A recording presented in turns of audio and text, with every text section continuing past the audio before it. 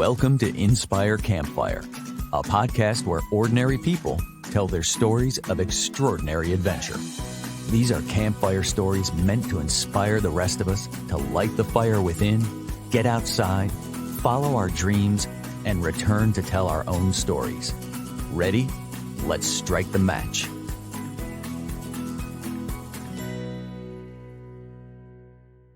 Welcome to the show. I am your host, Scott Wurzbacher. This is a podcast where we talk a lot about adventure. We've had some amazing guests on the podcast that have been on incredible journeys.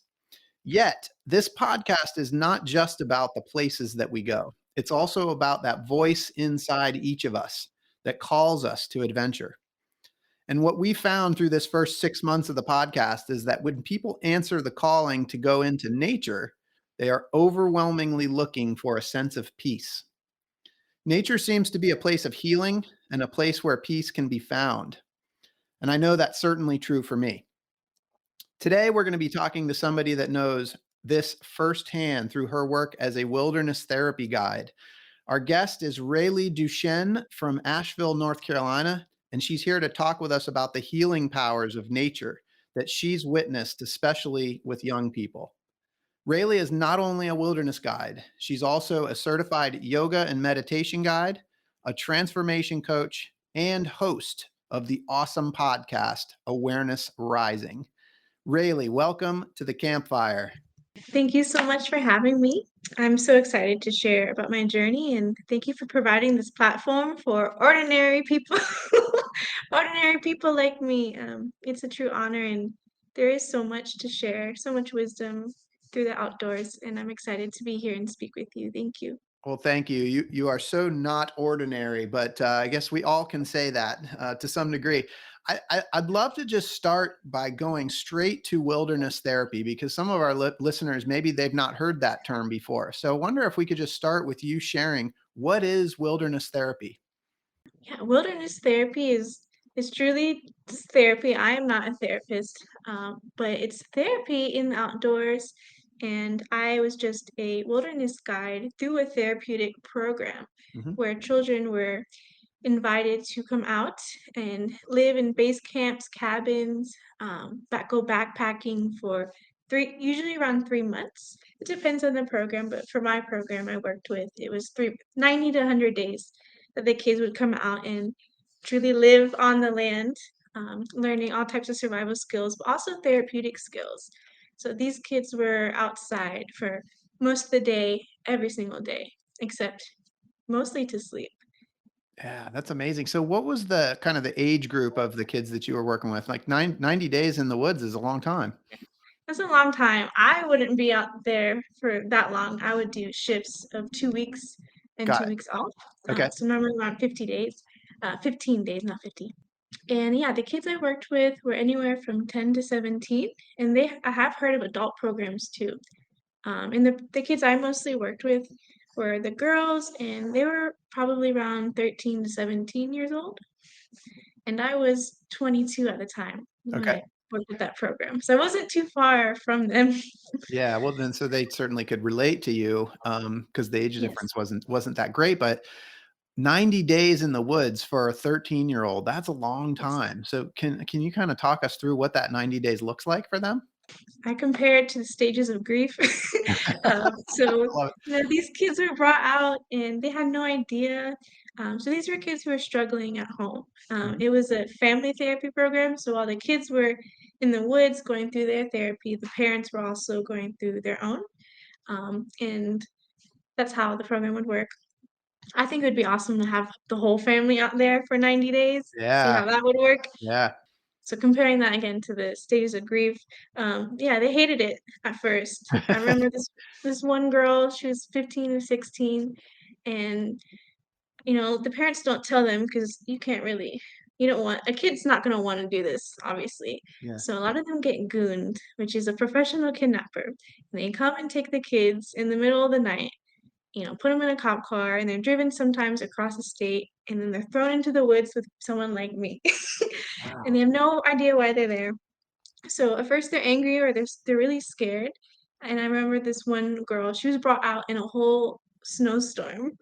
Wow. in winter. And I couldn't imagine being in her shoes, just absolutely not knowing what's going on, being brought out with a pack. Everything is taken from you, your clothes, your belongings.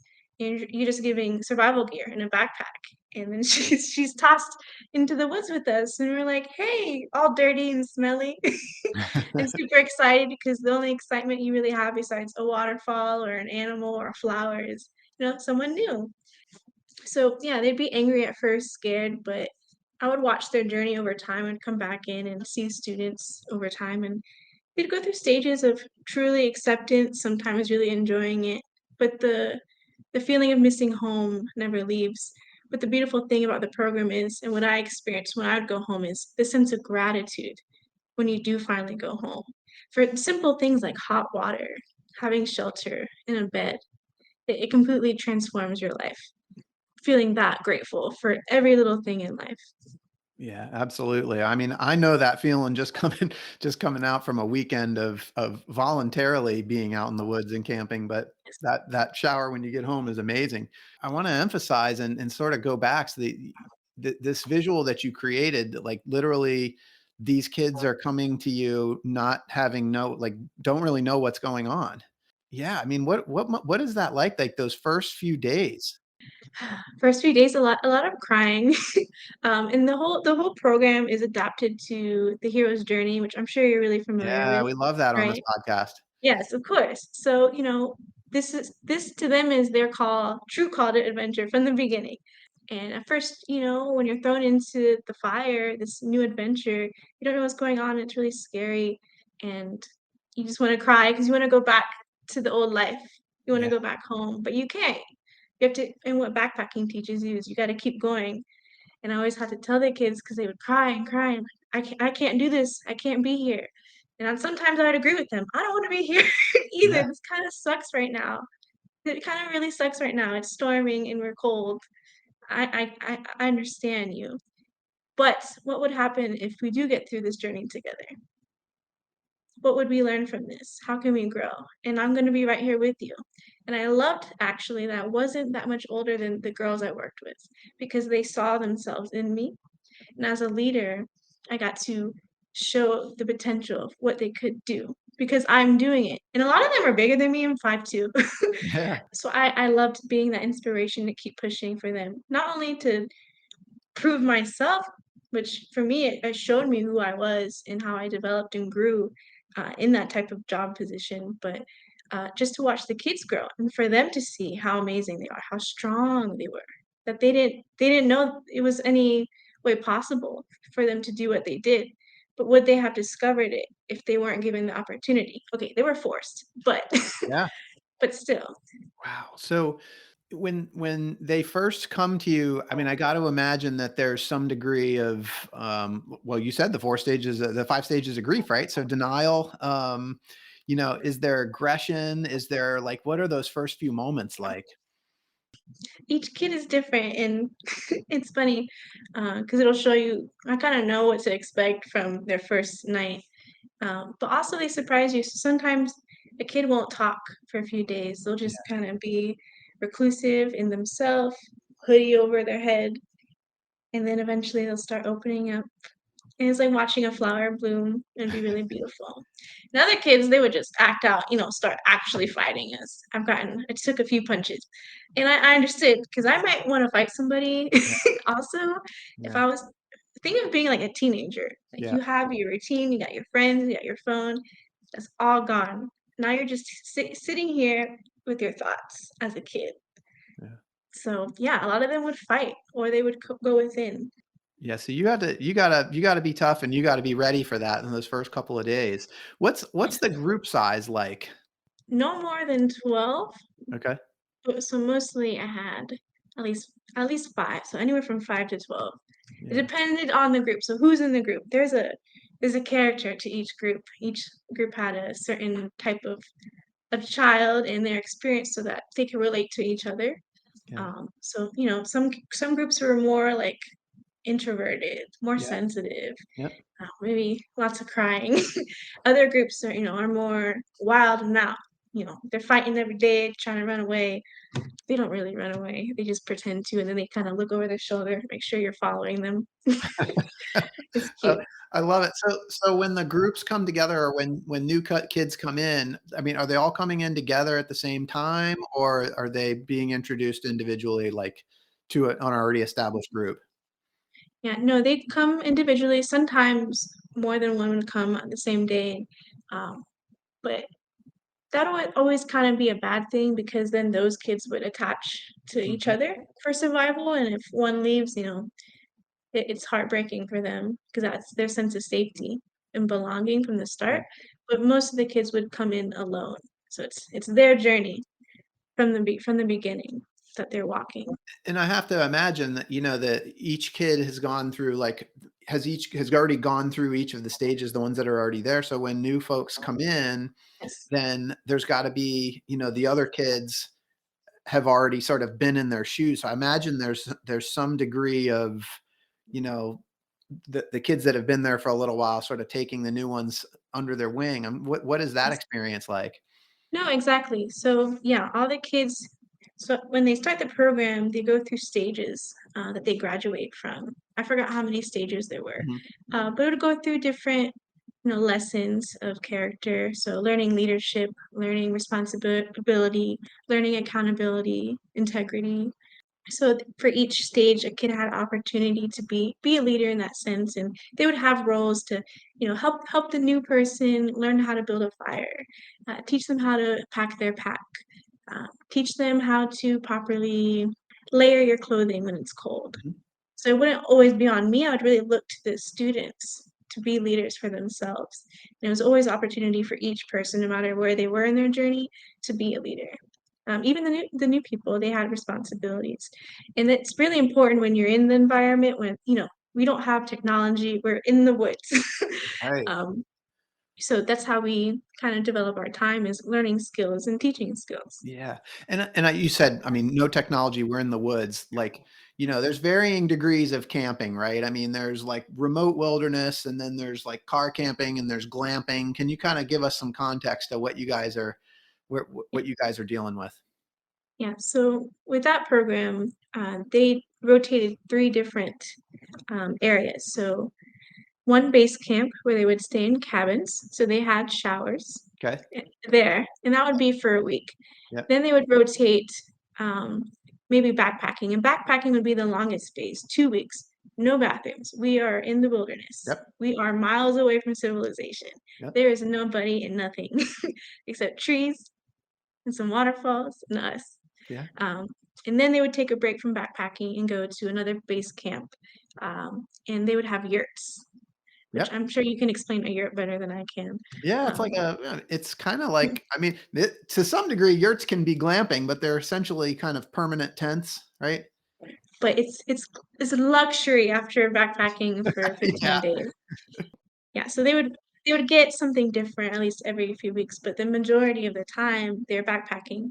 And as a staff leader, I actually got to choose sometimes where I would come in, but I personally came in always backpacking. Is that your favorite? It was my favorite, but also I took the job never having backpacked before Okay. in my life because I love self-development, that's why I'm a life coach. So I was learning with them, and I wanted to take every opportunity I could to be in the mountains. I'm from Florida. So it's also my first time really experiencing mountains, experiencing hiking, experiencing fire making, and swimming in waterfalls. I loved it. Also Yeah. hated it sometimes with them. So where did you pick up your wilderness skills? Was it on the job, or did you have some wilderness training beforehand? I didn't have wilderness training like that. I came from farming. That's what I was doing it for a few months before, and before that, I was fresh out of college. But they trained me on the job. Got You it. do like a pre-training program, and before every shift, you come in like a day earlier, and experts would train you how to build fire. It was incredible to learn it from people who could start a fire in front of me in seconds Wow. with sticks. Yeah. But I got to learn those skills. I never ended up busting a coal on a bow drill set, but I still have my set and I still try. But I learned how to use, flint and quartz rock and steel And I still carry it. I have my fire kit in my car. You never know. When I I go love it. camping, I try to always remember. And in 90 days, I mean, you're gonna experience some weather too. You're gonna get the full elements out there in that period of time. Yes. So I'm from Florida. So think how I felt with them. In my first shift, it was 12 degrees, 12 degrees. But they taught me really well how to take care of myself. So it Yeah. was a learning opportunity for me as well. Well, and so, you know, there's an uncomfortableness about being in the woods, right? There is a degree of suffering when you're in weather like that, right? And I mean, it's not always just warm and, clean, and there's a lot of uncomfortableness. Yeah. And but you as a leader have a level of responsibility. So, what is that balance like? I mean, just kind of managing your own discomfort at the same time trying to take care of them and, be a Mm, role model and a leader for them. That's a beautiful question. It was easier for me to take care of myself having responsibility of so much life. Yeah. So at one point I had 12 kids and 4 adults that I'm Mhm. leading, and I'm responsible for everyone's comfort. So I have to take care of myself. And I learned how to do that. I learned so much self-care. But to be honest with you, I didn't really have time to process emotionally feeling uncomfortable. It just became my natural state. Yeah. Um, I learned how to work through that. I learned how to work through it, and I would process myself later, like emotionally how I was feeling. But in the moment, all I cared about was being a leader, making sure everyone else was okay.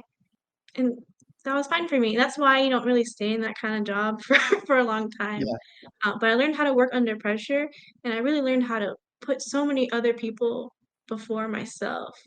But I recognized I had to find, like you said, that fine balance for Yeah. taking care of myself. So I would schedule time um, to leave the group, or wake up at 5 a.m. before the kids get up and go and wash my skin and my hair in the waterfall. Yeah. Maybe it was nighttime and maybe it was really cold, but it was my quiet moment to Mhm. myself.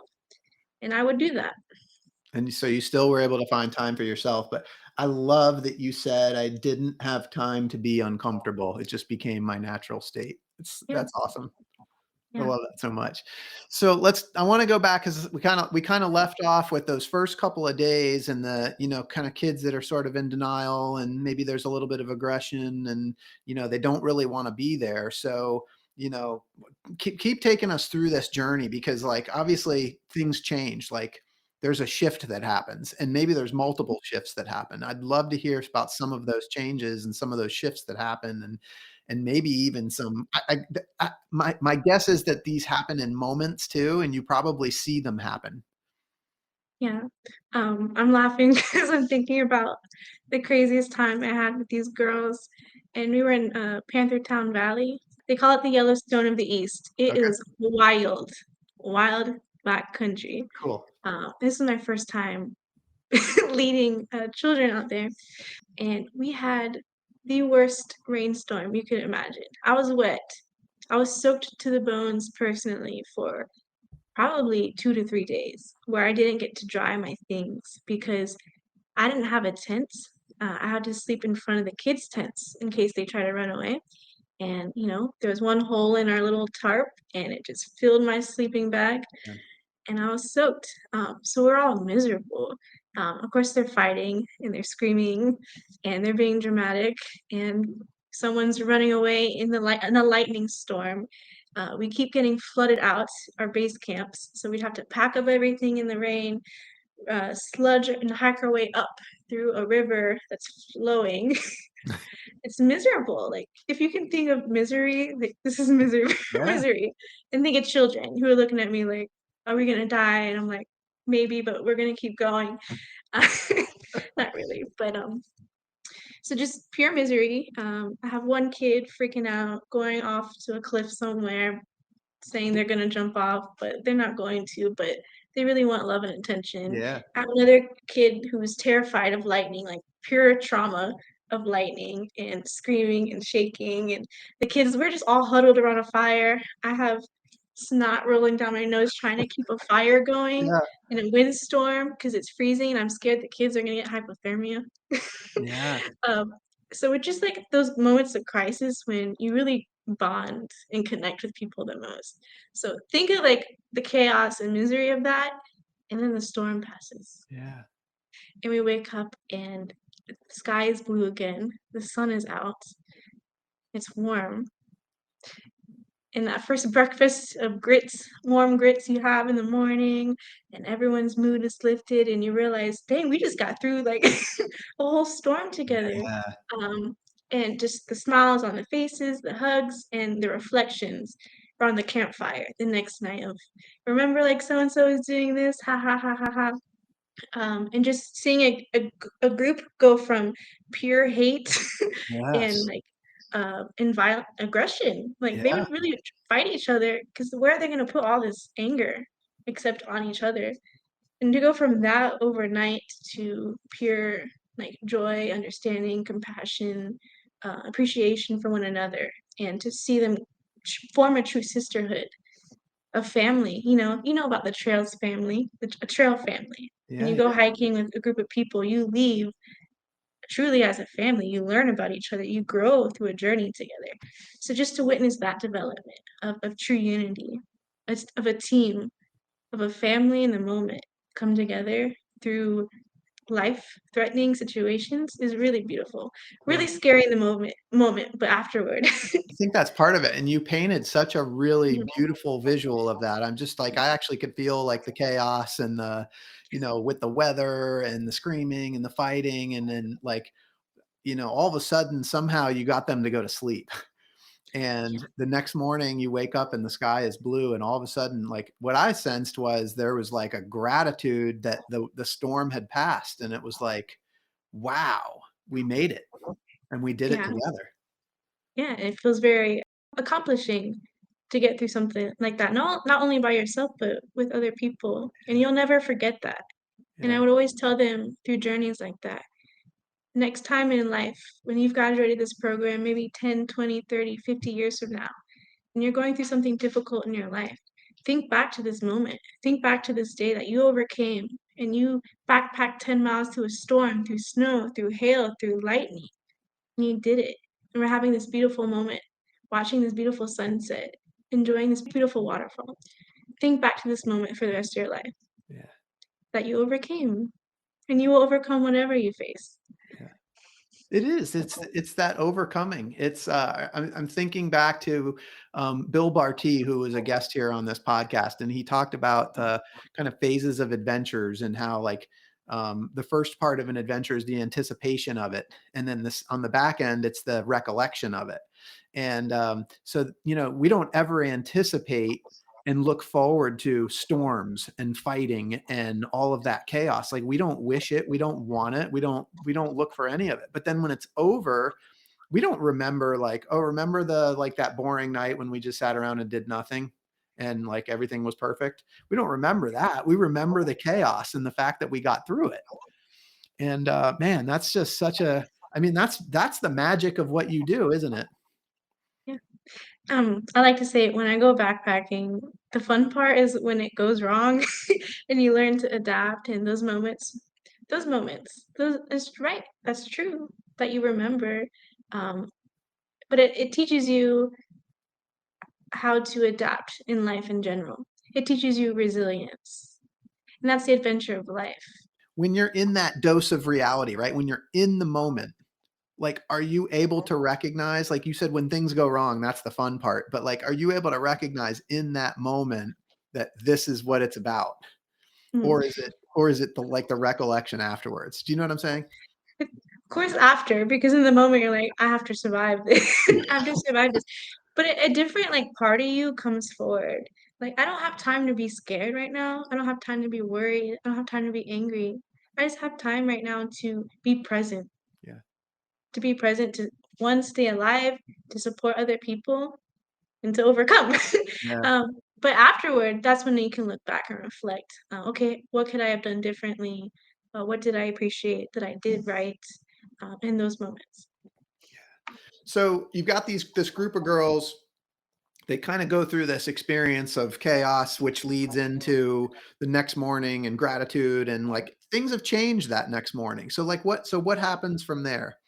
the cycle repeats. So the kids are predictable. They go through a beautiful day together, and then things start to get a little tense, and then things build up, and then they fight, and then they heal, and then we get back together and we repeat. And that would be the journey. That's amazing. Just accepting each other, supporting each other. If it's not this kid freaking out, having a moment that we're all supporting, tomorrow it's going to be someone else. Yeah. And then we learn from that person. And then we move on to the next day. We learn from the next person. But everyone was going through something, like even myself. Like if Yeah. I have an injury, so now the whole group as a unit, we have to cope and adapt to that one person's Yeah. injury or that one person having a bad mental day. It affects us all. You can't run from it. You can't just leave people when Yeah. you're in the woods, you know? I just I can't even comprehend how cool that must be to just watch this happen. And I'm curious if you can recall any experiences of like specific kids that were, really in denial at the beginning and didn't want to be there and maybe were aggressive, and, the change that you saw in them and maybe how they expressed gratitude to you and kind of their change of mind, any specific memories that you have of those kinds of experiences? I have so many memories, but I don't know, when you're talking, I just kept thinking about this one young woman I had. Um, we were hiking up a mountain for 6 hours in the cold. It was freezing cold but wet, and it was very windy, and the temperature is dropping. And we were 2 miles away from the campsite, and I just heard her knee go snap. Oh, And in that moment, and you're 2 miles away, everyone's kinda mad. Like, "Why do you have to get hurt now?" yeah. But to see the determination of this young girl in so much pain, she was in so much pain that if she even moved a little bit, she would, like, scream. And, of course, I did my protocol, and I have to call back to my Yep. base camp and let them know, like, "Hey, this child's injured, how do we move forward?" And they're like, "She's gonna have to make it or she gets helicoptered out." That's how it is. Yeah. Get them to the camp, get them warm, get them fed. So I'm like, "Okay." So I go to her and I tell her the news, like, "You're gonna have to make it another 2 miles or you gotta get helicoptered out." But Yeah. even then, like, that's a whole journey, and Yeah. it's just gonna be painful. So no matter what you choose, I'm gonna help you. Right. And she chose to keep going. And it's pouring rain, and it's about to be dark. Um, and everyone came together to support her, carrying her pack, and helping her walk. And despite all the pain she was in, like, she did not quit. She kept going. Not that she had a choice, but she could have given up, and she could have. And I have seen that in a kid where they give up. They sit there, and we sit there with them, and we could be more comfortable, and we can't. Um, but just to see so much bravery and strength in a young woman, and I've never been through that. I've never had an injury like that. Wow. But to see her make it through was amazing, and her attitude never once shifted, even after that. Never used it as an excuse to go home, which you can't. You just go to the hospital and you come back to the program when you're healed. So kids can't use the excuse to, "Oh, I'm gonna injure myself so I can get out of here." Like, Mhm. no, you're gonna delay it. You're not gonna go home for even months longer. But she inspired me, and I hope, she hears this one day that to see that type of power and strength in a young woman, it was so impressive. It was so impressive. The perseverance is really incredible. And all the other girls watched her. So now when another kid got injured in that group, no excuse. It's infectious though, right? Yes. No, that's a great story. Really. So this 90-day journey, and I know you're kind of coming in and out. You're not in there the whole time, but what is the end of the sort of 90-day cycle look like for these kids? Mm, okay, so by the end of the program, these kids can build a whole primitive fire on their own and sustain it. They know how to filter water. They know how to pack their pack. They have probably journeyed maybe 100 miles over the course of 3 months with Yeah. everything on their back. They have worked with their therapists, processing what they need to process, writing letters um, of accountability to their family. So healing the relationships with everyone in their life, healing within themselves, going through all the phases of, character development, integrity, honesty, leadership. And by that time, they're ready to go home. And those kids are ready to go home because it stops the energy within them would switch from, "Oh, I want to go home, I want to go home, I want to go home," to actually, "Wow, I'm so proud of who I am today. Hey, welcome to this program. Like, I have overcome this within myself. Yeah. I can't wait to teach you how to build this fire." And they just become little balls of inspiration to all the new kids of, "This program is going to help you. And I know you hate it right now." And the kids would tell the other kids this, and I'd be like, "Yes, you're going to hate it right now, but I promise you're going to learn so much and you're going to be so proud of yourself." And that's the hero's journey, right? They come through it, That's and the now hero's it's journey. it's their turn to share with others, right? Exactly. Yeah. So have you had the opportunity to witness sort of like the kids being, like reuniting with their families at the end of it?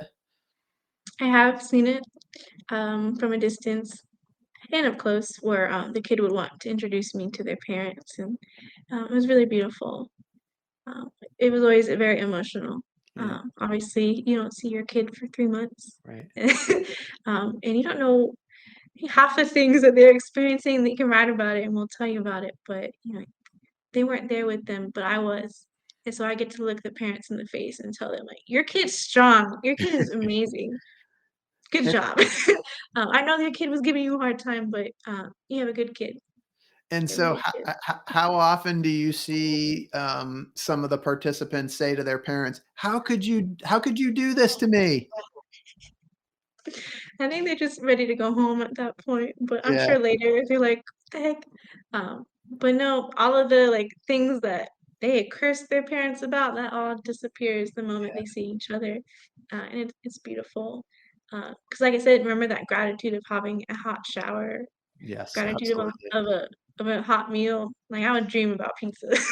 I would dream about pizza and tacos and I dream things about other. pizza after 2 nights in the woods. I'm a That's what I'm saying. 90 days.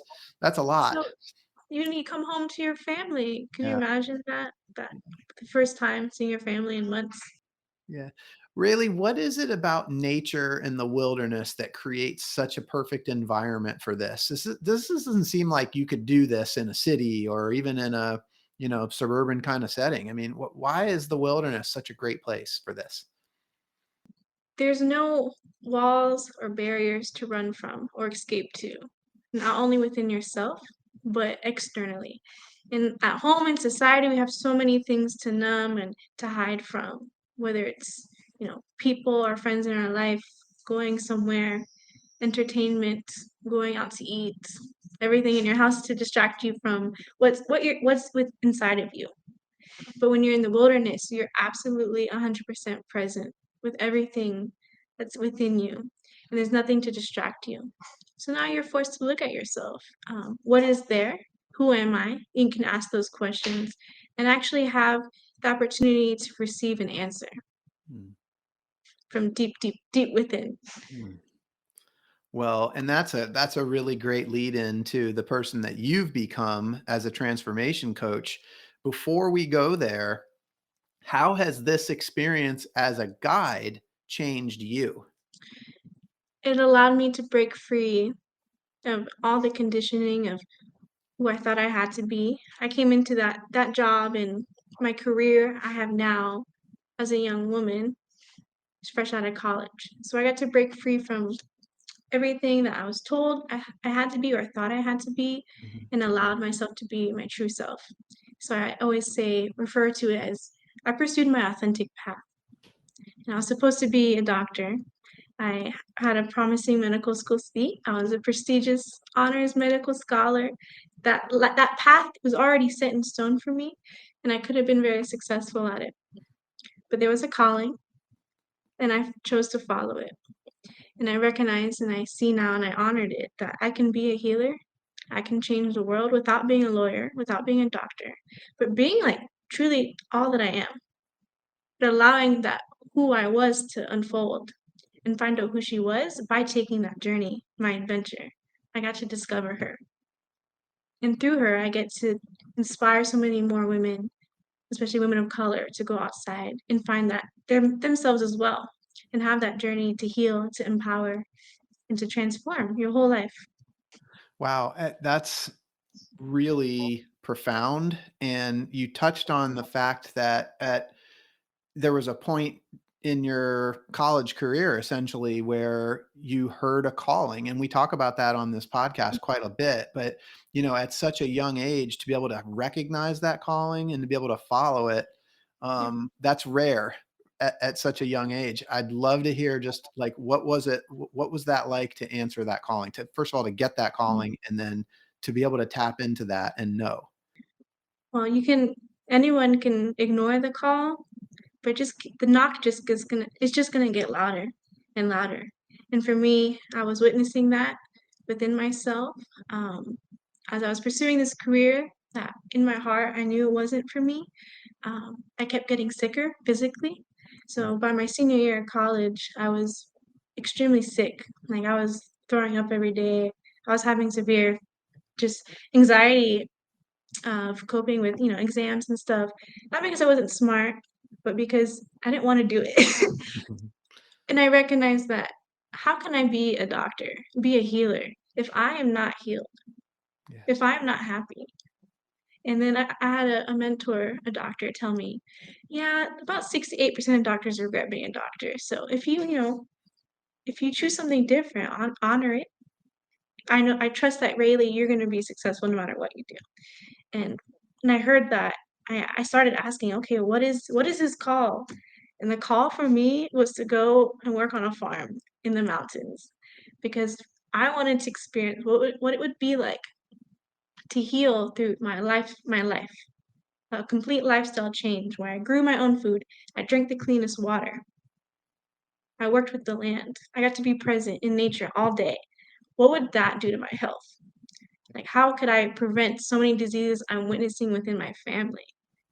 So I chose that journey to heal not only myself and the recognition that as I heal myself, I'm healing generational disease and I'm inspiring other young people to pursue something that, yes, it builds them up and inspires them, you love it, but can you stay healthy while you do it? Because what's the point of pursuing a career if you're dying Yeah. as you do it? Wow. Really, you have a wisdom that's beyond your years for sure, and it's really impressive. I'd love to just hear briefly about kind of where this whole journey has brought you. Now you're a transformation coach. Can you tell us just a little bit about that? Yes, so as I pursued farming, I also pursued other healing. For me, I'm very passionate about mindfulness. So I became a certified yoga teacher, meditation teacher, pursued the wilderness therapy because I wanted to add nature guiding into that practice. And now I can share all those medicines through my coaching. And so, yes, I'm a yoga teacher, but to me, it all makes sense to apply it to life, to apply it to breaking conditioning. So the whole point of like yoga, for example, is to do movement and stretch that breaks the conditioned patterns of your body that you do in normal day-to-day life that is causing you pain. Okay, well, you do that with your mind as well in yoga. So that's what meditation is for, to observe the patterns of your mind, especially negative thinking. Mm. Okay, how can I plant a different, healthier seed of thought? Okay, so now I apply it to your whole life in that perspective. And how can we use the tools of gardening or farming and yoga and meditation and deep breathing? And how can we add those mindfulness techniques to your life to help you become more aligned and healthy? And it's simple. It's that simple. Yeah. Wow. So you're really what you've really been able to do is kind of take all of your experiences up to this point and kind of bring them into something that you've become really passionate about, and helping other people to find the way. So Mhm. you've got a bright future ahead of you. I'm curious what some of your aspirations are as you kind of move forward into the next phase of your journey. Always have more right when I achieve it. There's always more to go. Yes. Um, and I wanna I know that I wanna help millions of people, and I don't think that I can coach personally millions of people, so I would love to move into book writing and film education, Mm. which I love my position. that I have with Black Folks Camp 2, because I'm in the space in the outdoor industry where I can be in position to lead nationally what it means to go outside and why we should. And I get to inspire women, especially women of color, to explore these spaces, not only in terms of business entrepreneurship, but healing and empowerment, pursuing life paths that you don't think about. So I would love to move into that space, and I'm gonna go for it. I'm gonna keep pursuing that adventure. You got an amazing energy, and Thank you. I'm excited to keep watching you. And you get to work with Earl Hunter Jr. Yes. And he was episode 20. The great folks at Black Folks Camp 2. You guys are doing some amazing work over there. Um, Yes. And I met him through my last shift to wilderness therapy. It was okay. divine timing. Oh, that's awesome. Well, great group of people, and I'm just proud to know you guys, and proud to be able to support what you all do. I am so thankful that you were able to join us for this awesome conversation. Just a couple of final questions here. I do want to just ask what advice that you have for people that like you were at that point in your life when you were able to listen to that voice inside, and you were able to follow that voice. But sometimes we experience fears and doubts and resistance. Like what advice do you have for people that maybe are feeling that call to adventure, but they're just not sure, or maybe experiencing some resistance? Pursue it. Go for it, because you're never gonna get the validation you want to feel safe. And like I said earlier, we agreed upon a get comfortable being uncomfortable. Because if you don't take that leap, if you don't take that risk, that knock is just gonna get louder, and you're gonna wish you answered it sooner.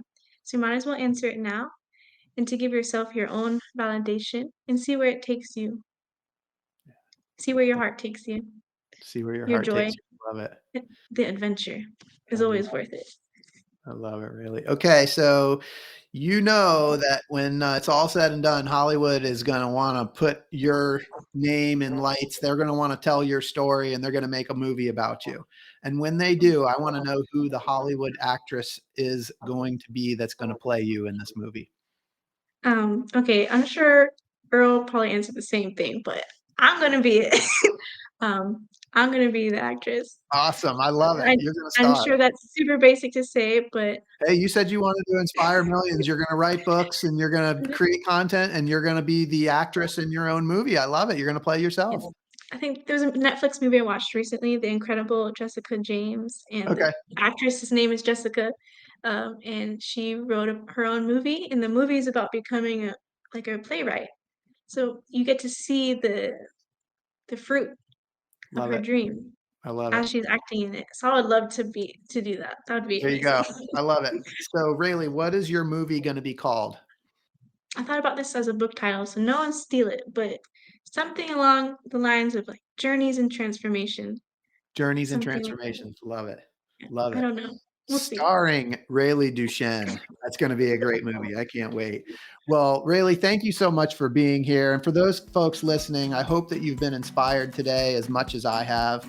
I hope that Rayleigh's story has encouraged you to listen to the voice inside that calls you to adventure, because we want to hear your story next. If you have a story to tell or you need a nudge to create one, please send me an email.